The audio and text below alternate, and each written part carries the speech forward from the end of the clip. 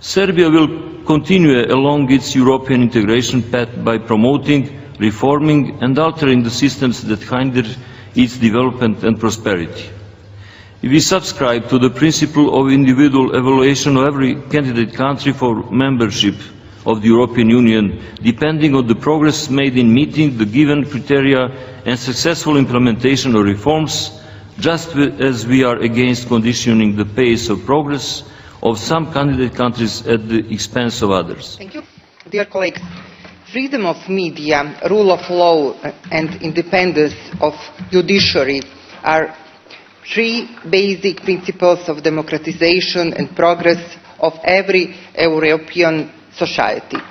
My country, Serbia, adopts new law on media in line with European and Venetian Commission, according to which privatization of media was implemented, as well as by laws which are already being implemented.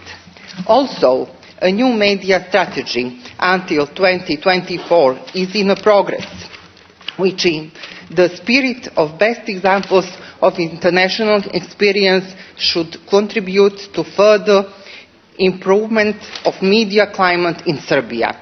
It is important to emphasize that in Serbia false news are not criminalized because this could be interpreted suppression of freedom of expression.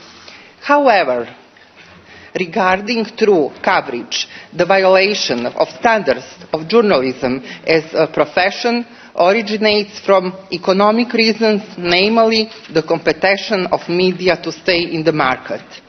Increased violation against journalists in the European countries like Slovakia and Malta usually ends up in the death. Although in my country, Serbia, one journalist experienced an unpleasant case of arson.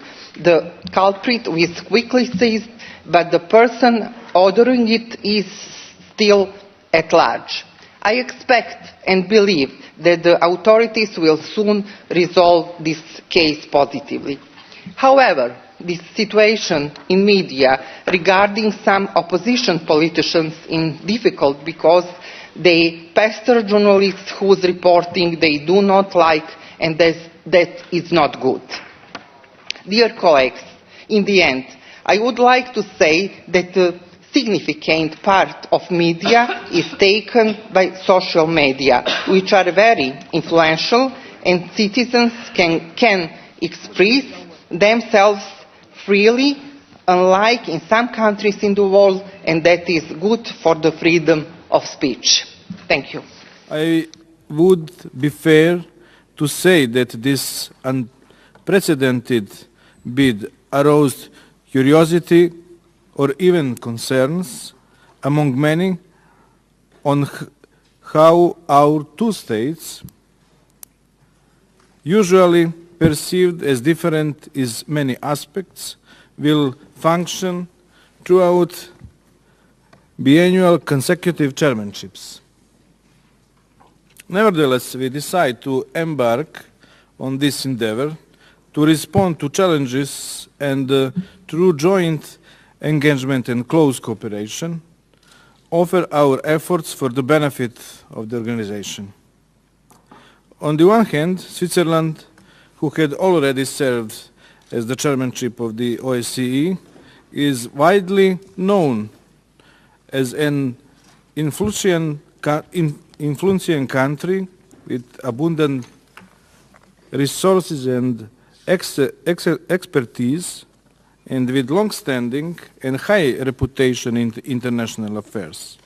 On the other hand, there is Serbia as a country with difficult and painful recent history, passing through reform processes with substantial assistance from the OSCE.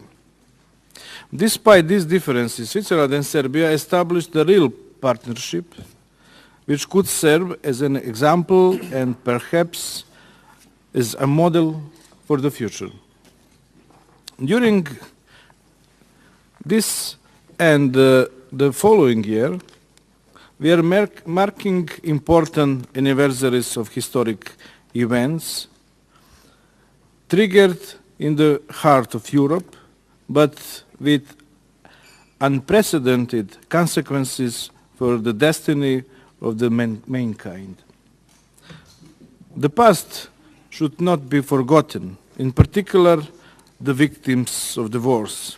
Nevertheless, we should draw lessons from it for the future, so as to overcome misperceptions, dispel illusions and avoid mistakes, while aiming to achieve more stability, security, prosperity,